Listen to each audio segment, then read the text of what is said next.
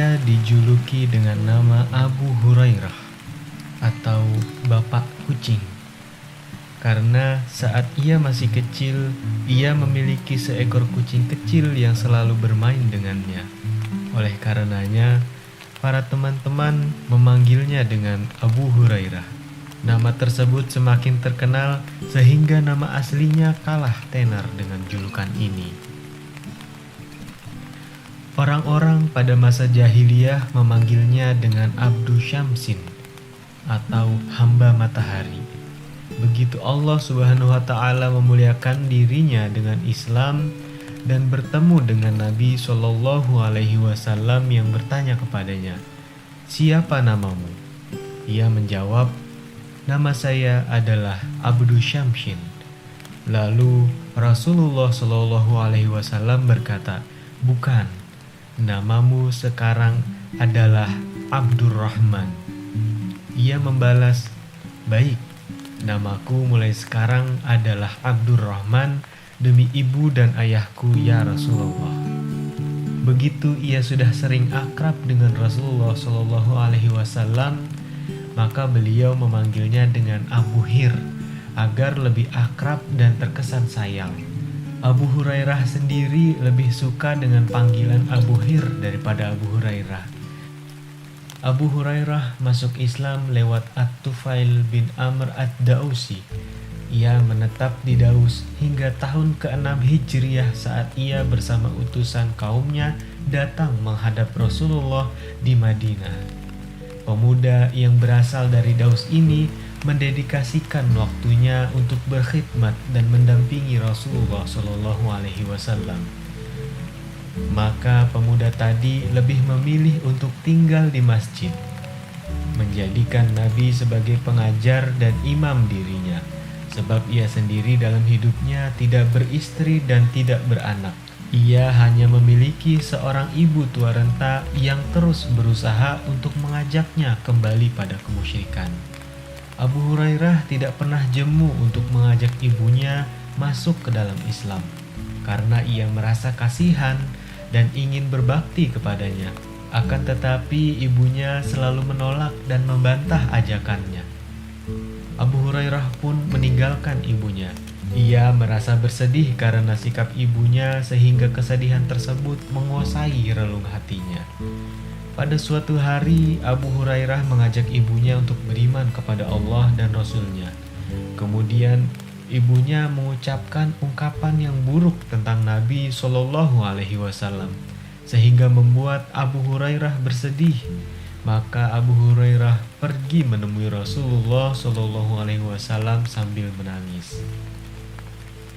Nabi Shallallahu Alaihi Wasallam bertanya kepadanya, "Apa yang membuatmu menangis, wahai Abu Hurairah?" Ia menjawab, "Aku tidak pernah merasa bosan untuk mengajak ibuku masuk ke dalam Islam. Akan tetapi ia terus menolak ajakanku. Hari ini aku mengajaknya lagi, namun ia mengucapkan hal buruk tentang dirimu. Berdoalah kepada Allah agar dia mau mencondongkan hati ibu dan Abu Hurairah ke arah Islam." Maka Rasulullah pun langsung berdoa untuk ibu Abu Hurairah.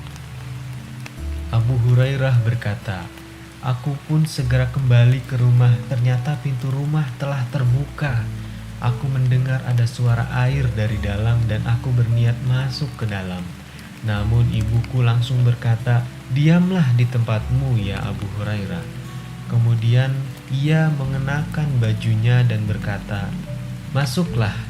Begitu aku masuk, ibuku langsung berkata, 'Asyhadu an la ilaha illallah wa asyhadu anna Muhammadan abduhu wa rasuluh.' Aku kembali menemui Rasulullah Shallallahu Alaihi Wasallam dan aku menangis saking gembiranya, persis seperti aku menangis karena aku merasa sedih sebelumnya. Aku berkata kepada beliau, 'Berita gembira ya Rasulullah. Allah Subhanahu wa Ta'ala telah mengabulkan doamu dan memberikan petunjuk kepada Ummi Abu Hurairah agar masuk Islam.' Sebagaimana Abu Hurairah amat mencintai Rasulullah Shallallahu Alaihi Wasallam, ia juga amat mencintai ilmu dan menjadikan ilmu tersebut sebagai kebiasaan serta cita-citanya. Sebagaimana Abu Hurairah mencintai ilmu untuk dirinya, ia pun menyukai apabila ilmu tersebut dapat bermanfaat untuk orang lain. Abu Hurairah pernah menjadi wali atau gubernur di Madinah pada pemerintahan Muawiyah bin Abu Sufyan lebih dari sekali. Jabatan tersebut sedikit pun tidak merubah watak dan sikapnya. Putrinya pernah berkata kepada Abu Hurairah, "Ayah, anak-anak gadis lain menyindirku dengan berkata, 'Mengapa ayahmu tidak menghiasi dirimu dengan zahab atau emas?' Abu Hurairah menjawab, 'Wahai anakku, katakan kepada mereka, ayahku takut bila aku terkena panasnya lahab atau api neraka.'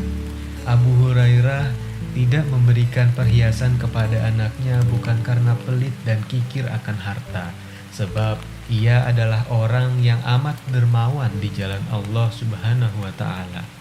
Abu Hurairah semasa hidupnya selalu berbakti kepada ibunya.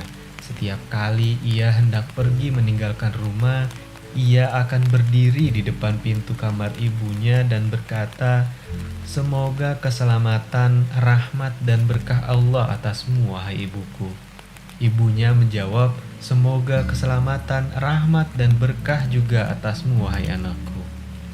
Abu Hurairah kemudian berkata, 'Semoga Allah merahmatimu sebagaimana engkau telah membesarkan aku di waktu kecil.' Lalu ibunya membalas, 'Semoga Allah merahmatimu sebagaimana engkau berbakti kepadaku saat aku sudah tua.' Kemudian, bila ia telah kembali ke rumah, ia akan melakukan hal yang sama terhadap ibunya. Abu Hurairah amat menyerukan kepada manusia untuk senantiasa berbakti kepada orang tua dan menjaga hubungan kerabat atau silaturahmi. Abu Hurairah menangis saat ajal akan datang kepadanya. Ada orang yang bertanya kepadanya, 'Apa yang membuatmu menangis, wahai Abu Hurairah?' Ia menjawab, 'Aku tidak menangisi dunia yang kalian huni ini. Akan tetapi, aku menangis karena jauhnya perjalanan dan sedikit bekal yang aku bawa. Kini aku berdiri di penghujung jalan yang dapat mengantarkan aku ke surga atau ke neraka, dan aku sendiri tidak tahu hendak kemana aku akan dibawa.' Marwan bin Hakam pernah menjenguknya dan ia mendoakan, 'Semoga Allah menyembuhkanmu, wahai Abu Hurairah.' Abu Hurairah menjawab, 'Ya Allah, aku menyukai perjumpaan denganmu. Maka jadikanlah perjumpaan ini indah dan segerakanlah.' Belum lagi Marwan meninggalkan tempat itu, Abu Hurairah telah meninggal dunia. Semoga Allah merahmati Abu Hurairah dengan rahmat yang luas. Ia telah mampu menghafal demi umat Islam lebih dari 1609 hadis Rasulullah SAW. Semoga Allah Subhanahu wa Ta'ala membalas jasanya atas Islam dan kaum muslimin.